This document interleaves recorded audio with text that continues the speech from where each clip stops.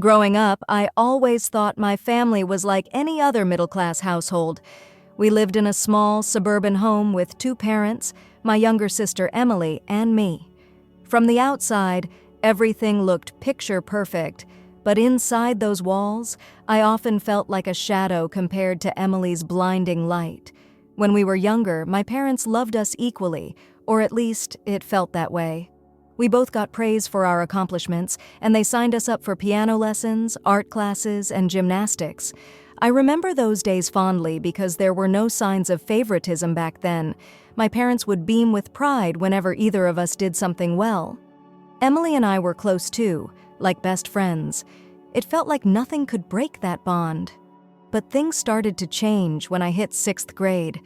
I got my first bad grade on a test, nothing catastrophic, just a slip-up, but my parents' disappointment was palpable. Suddenly, they looked at me differently. My mother's eyes didn't light up the way they did when Emily brought home another perfect score. Compliments directed at me felt mechanical, while praise for Emily's achievements seemed genuine and full of warmth. I tried to tell myself I was imagining things, that it was just a phase, but it wasn't. If I made a mistake, it was treated like a major flaw. If Emily made a mistake, it was brushed aside. "She's just having an off day," my dad would say, but for me it was always, "Why can't you be more like Emily?" That phrase followed me through my teenage years like a ghost I couldn't shake. Emily flourished through high school. Smart, popular, the girl everyone admired. She was the class president, the homecoming queen, the one my parents adored. Meanwhile, I withdrew into myself, focusing on studying and keeping my head down. I achieved things too, but it was never enough. I stopped trying to impress them because it felt pointless. In our house, Emily got the best of everything. New clothes, her own car, all the attention. When she needed help with homework, my parents would stay up late guiding her through every problem. When I asked for help, they'd wave me off, saying it was too late or that I should figure it out on my own. They treated me like an adult while Emily got to stay their little princess. Despite the clear favoritism, I tried to stay close to Emily. She was still my sister, after all. But as the years went on, her entitlement grew. She knew she could get away with anything, and she leaned into it. Friends, teachers, even strangers loved her charm. I was just Emily's sister, the background character to her story. That summer, after high school graduation, I was ready to escape. I'd earned a partial scholarship to a decent college, and I was eager to get out and start fresh. I thought maybe my absence would make my parents appreciate me more. I was wrong. During that time, Emily started dating Jake, the star quarterback. Jake was everything my parents loved: handsome, confident, from a wealthy family. They treated him like the son they never had. Every weekend, they'd make elaborate dinners to impress him. I came home on breaks to stories of Emily and Jake's adventures. No one asked how I was doing or how I was surviving my first semester of college. One weekend, everything changed forever. Emily's new gold charm bracelet, an expensive gift from Jake, went missing. My parents turned the house upside down looking for it. When they couldn't find it, Emily suggested that I had taken it. At first, I laughed, thinking it was a cruel joke. But she wasn't joking. She claimed she'd seen me admiring the bracelet, implying I took it out of jealousy. I was furious. I hadn't touched her bracelet or even thought about it. But my parents didn't hesitate. They believed her without question. I protested, swore on everything I held dear that I hadn't taken the bracelet. But my words fell on deaf ears. My father's voice cut through me. "We always knew you were jealous of Emily." That accusation pierced deeper than any punishment ever could. It was like every effort I'd made to be a good daughter, to win their love and approval, had meant absolutely nothing. Then came the ultimatum: return the bracelet or leave the house. The sheer disbelief washed over me. I had no way to prove my innocence, only my word. And my word wasn't enough for them. They had already decided I was guilty. With no other choice, I packed my bags. I was numb, moving mechanically as I stuffed clothes and essentials into a duffel bag. My mother didn't say a word. My father stood with his arms crossed, his face cold and impassive. Emily stood to the side, her expression blank, as though she were watching someone get rid of the trash. I walked out of that house and didn't look back. I ended up crashing at a friend's place for a while. I had no plan, no real idea of what came next. My heart ached with a mixture of betrayal, anger, and deep sadness. How could they believe I'd do something like that? How could they throw me out over a baseless accusation? The weeks that followed were rough. I was trying to keep up with school while working extra shifts to cover what my scholarship didn't. There were nights I lay in bed staring at the ceiling, wondering how everything had gone so wrong. I considered reaching out to my parents, hoping they'd realize their mistake and ask me to come home. But that call never came. I cut ties with them, realizing I couldn't stay in a place where I was treated like a criminal for something I didn't do. I knew that going back would only break me more. I had to learn to survive on my own, even if it meant struggling every day. My grandmother, my dad's mother, was the only person who offered me any kind of support. She didn't take sides or pry. She just quietly let me know she was there. She sent me birthday cards and texts to check in. Her kindness was like a small, steady light in the overwhelming darkness. Even though she never pushed me to reconcile with my parents, her presence reminded me that not everyone in my family had turned their back on me. Years passed. I worked hard, scraping by through college and eventually landing a decent job. I built a life for myself, small and simple, but it was mine. No one handed me anything. I earned every bit of my independence. During those years, I heard bits and pieces about Emily. She and Jake were still together. My father had helped her land a cushy job at a marketing firm. It seemed like nothing had changed for them. They were still the perfect family unit, minus me. I told myself I didn't care, but sometimes late at night the hurt would creep in. Then, 5 years after they kicked me out, something unexpected happened. I received an invitation to my grandmother's Christmas dinner. I stared at the card, unsure of how to feel. She'd never pressured me to see my parents, and I knew she wouldn't invite me unless she truly wanted me there. Part of me hesitated. Was I ready to walk into that house of memories and confront everything I'd left behind? But something in me whispered that I should go. Maybe I needed closure, or maybe I owed it to my grandmother. I decided to go, bracing myself for whatever lay ahead. When I walked into my grandmother's house, it felt like stepping into a time capsule. The same warm decorations, the smell of cinnamon and pine, but the air felt thick with tension. My parents were there, stiff smiles plastered on their faces. Emily stood by Jake, her eyes wide with surprise, as if she never thought she'd see me again. The room buzzed with polite conversation, but it felt like a charade. I nodded and greeted them, keeping my voice calm. My mother's eyes flicked away quickly, and my father's jaw tightened. Emily gave me a smile that was too sweet to be real, and Jake awkwardly looked at his shoes. They were all pretending, acting as if the years of betrayal and silence hadn't happened. I focused on my grandmother. She hugged me tightly, her eyes glistening. For that moment, I felt grounded. The dinner passed in a blur. I tried to stay quiet, keeping to the edges of the conversation.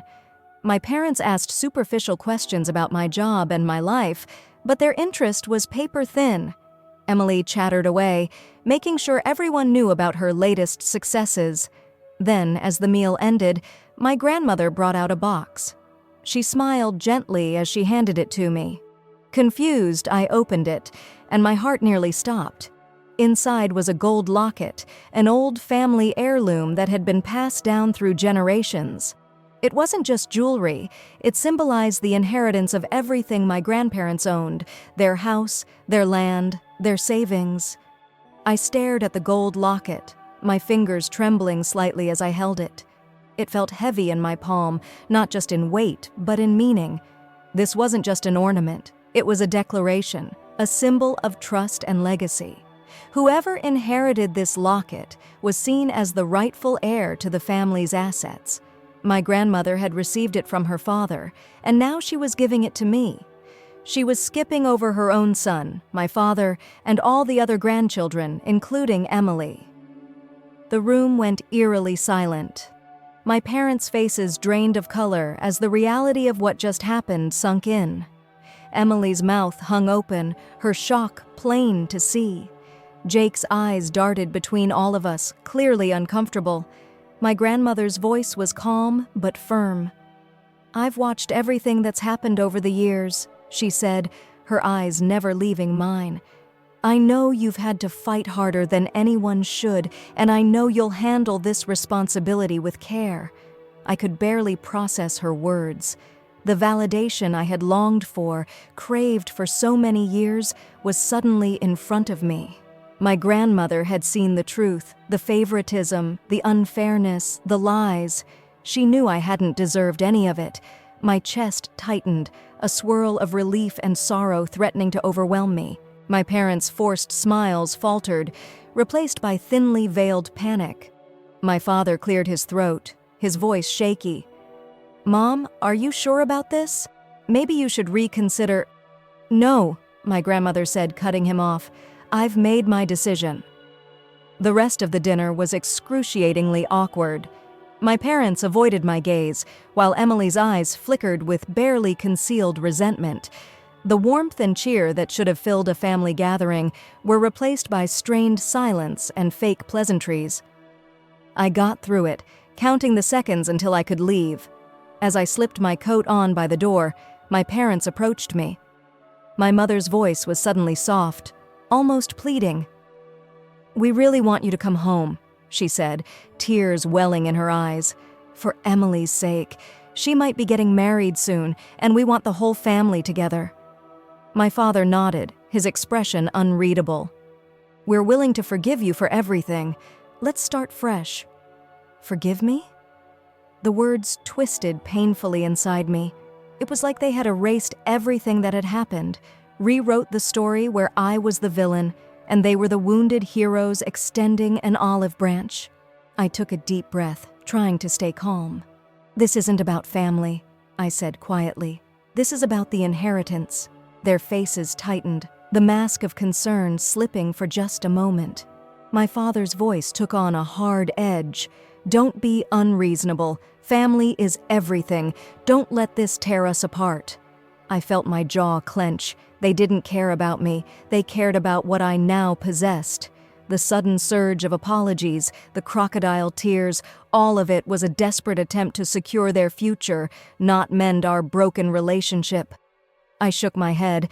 "I'm not the one who tore us apart." I turned to leave, feeling their eyes bore into my back, the weight of unspoken accusations and desperate pleas lingering in the air. When the door clicked shut behind me, I let out a shaky breath. The cold night air hit me like a wave, clearing my mind. As I walked away from the house, I knew I was leaving behind more than just a family gathering.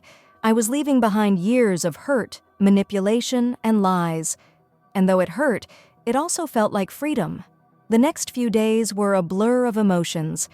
I couldn't shake the image of my parents' pleading faces, the bitterness in Emily's eyes. Their sudden desire to reconcile felt hollow and opportunistic, and I struggled to untangle my feelings.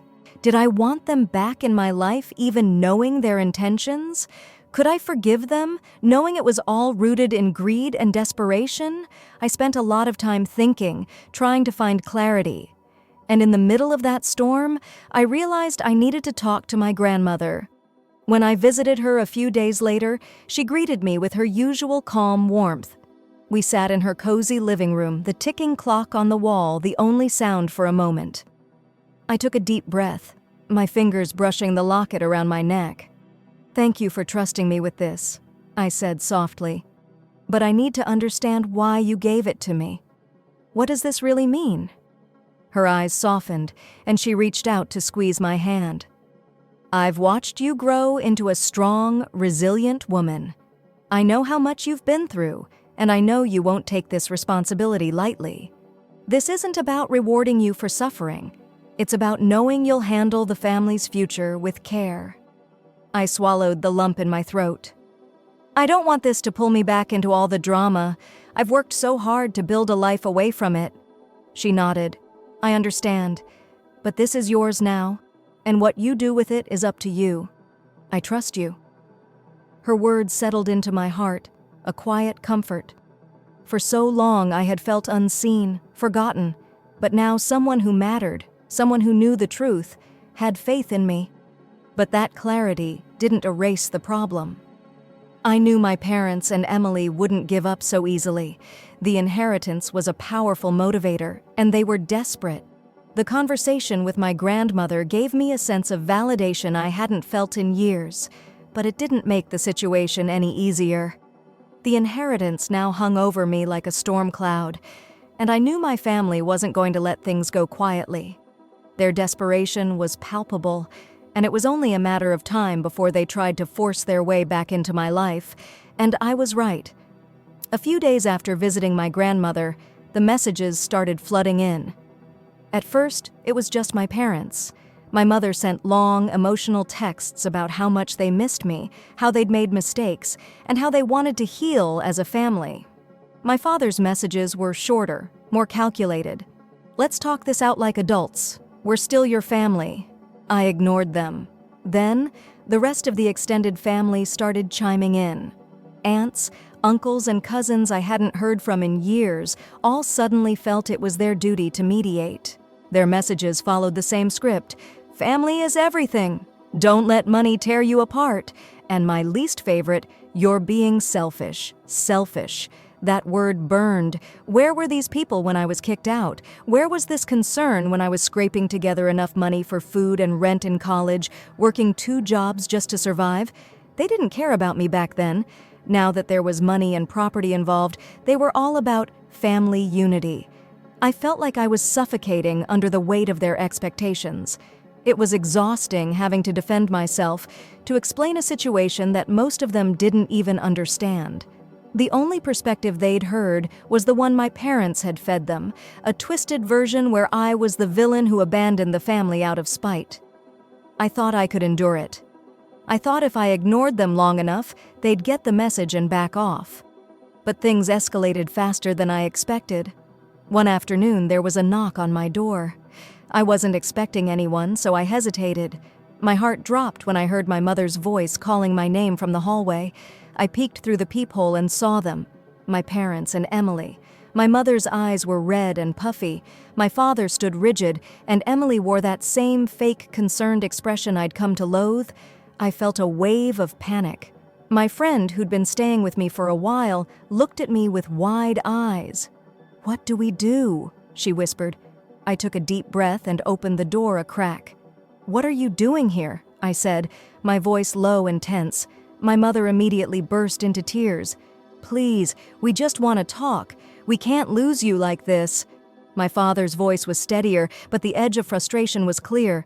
"We're here to fix this. It's time to come home." Emily stood there, silent, her eyes flicking between us. She wasn't here for reconciliation. She was here to back up my parents and secure her future.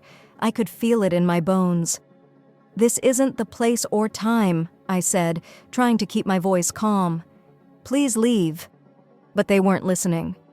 My mother pushed the door open wider, trying to step inside. My father held the doorframe, refusing to budge. They were relentless, pleading and talking over each other. They kept bringing up Emily's potential wedding, how we needed to be a whole family before that happened. They made it sound like I was the one tearing us apart, like my refusal to bend was the only thing keeping us from happiness. It was humiliating. My neighbors began peeking out from their doors, curious about the commotion. My mother fell to her knees, sobbing while my father's voice grew sharper. Emily's expression shifted into a smug smile, like she was confident they'd break me down eventually. I felt trapped. My hands were shaking, my vision blurring with tears of frustration. I couldn't take it anymore. "Leave, or I'll call security," I said, my voice shaking. My father scoffed, but my mother's sobs grew louder. When I finally did call security, they showed up quickly, asking my family to leave. My parents refused at first, but when the threat of police involvement became real, they finally backed off. My mother threw one last dramatic accusation over her shoulder. "You're abandoning your family," as if that hadn't happened years ago when they chose to believe Emily over me. When they finally left, I closed the door and sank to the floor. tears streaming down my face.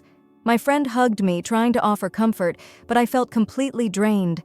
The humiliation, the anger, the sadness, it all felt like too much. I thought that was the end of it. But Emily wasn't done.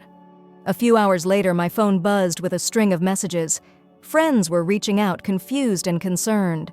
Apparently, Emily had sent a mass text to my friends, painting me as the villain. She told them I'd abandoned our family for selfish reasons, leaving out everything that actually happened. I had to explain the whole story to people who barely knew the depths of my family drama. It was exhausting and humiliating and made me feel like my life was spiraling out of control.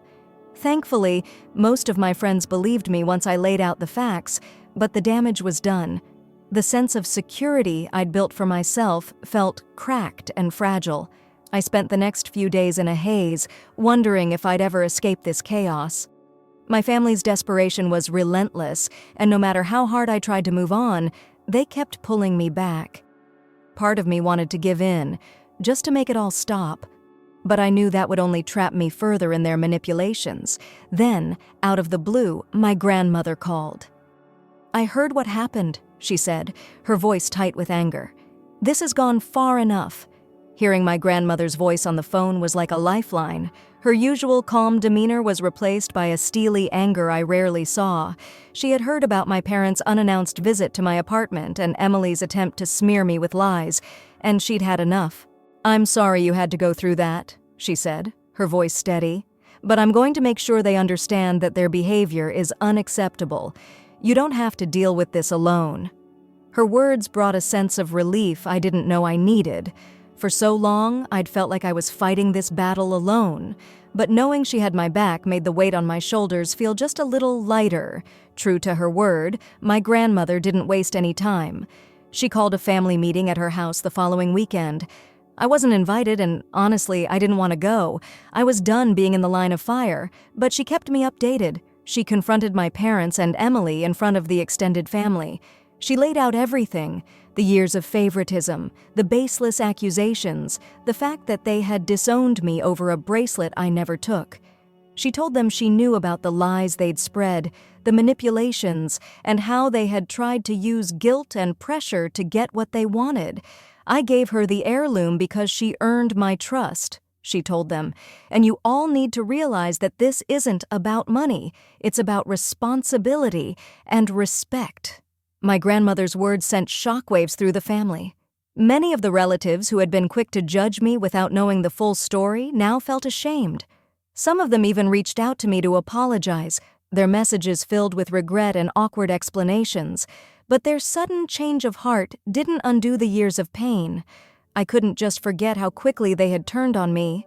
A few days after the meeting, my parents reached out again. This time their tone was different, quieter, more subdued. My father sent a long email, apologizing for how they'd treated me and admitting that they had let their obsession with Emily's success blind them to the truth. He acknowledged the damage they'd done and said they wanted to rebuild the relationship. My mother followed up with a voicemail, her voice shaking with emotion. "We were wrong. I can't change the past, but I want to try to fix things. Please, just give us a chance." Their words sounded genuine, but I couldn't help but wonder, was this real remorse or just another attempt to stay in my grandmother's good graces? Emily never reached out. I wasn't surprised. Her pride was too strong, and admitting fault wasn't in her nature. I doubted she'd ever see me as anything other than an obstacle to her getting what she wanted. For a while, I wrestled with what to do.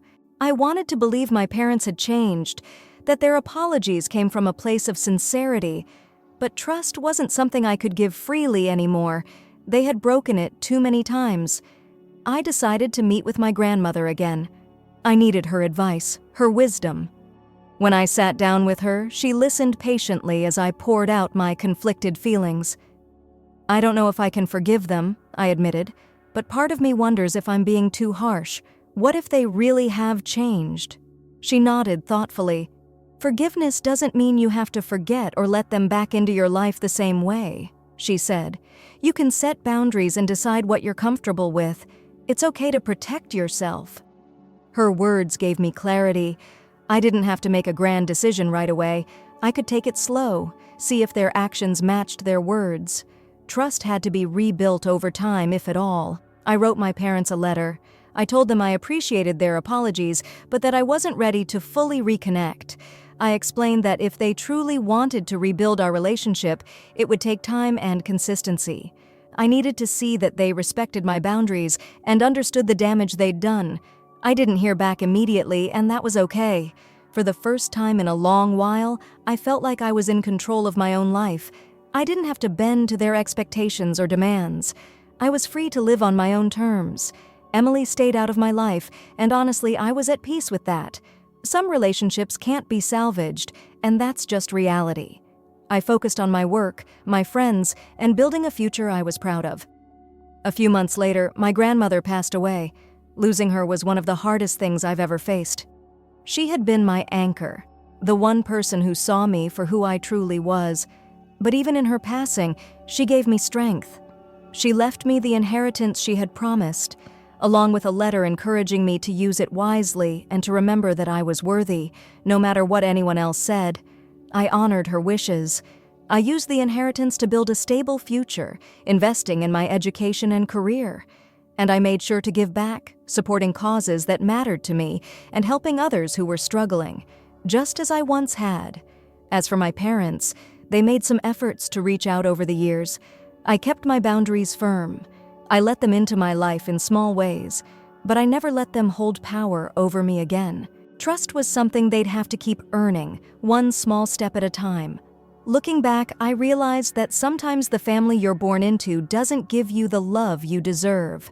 And that's okay, because you can build your own family, one made of friends, mentors, and people who see you for who you really are. I found peace not by reconciling with the past, but by creating a future where I was no longer a shadow, no longer forgotten. I was finally free to be myself, and that was enough.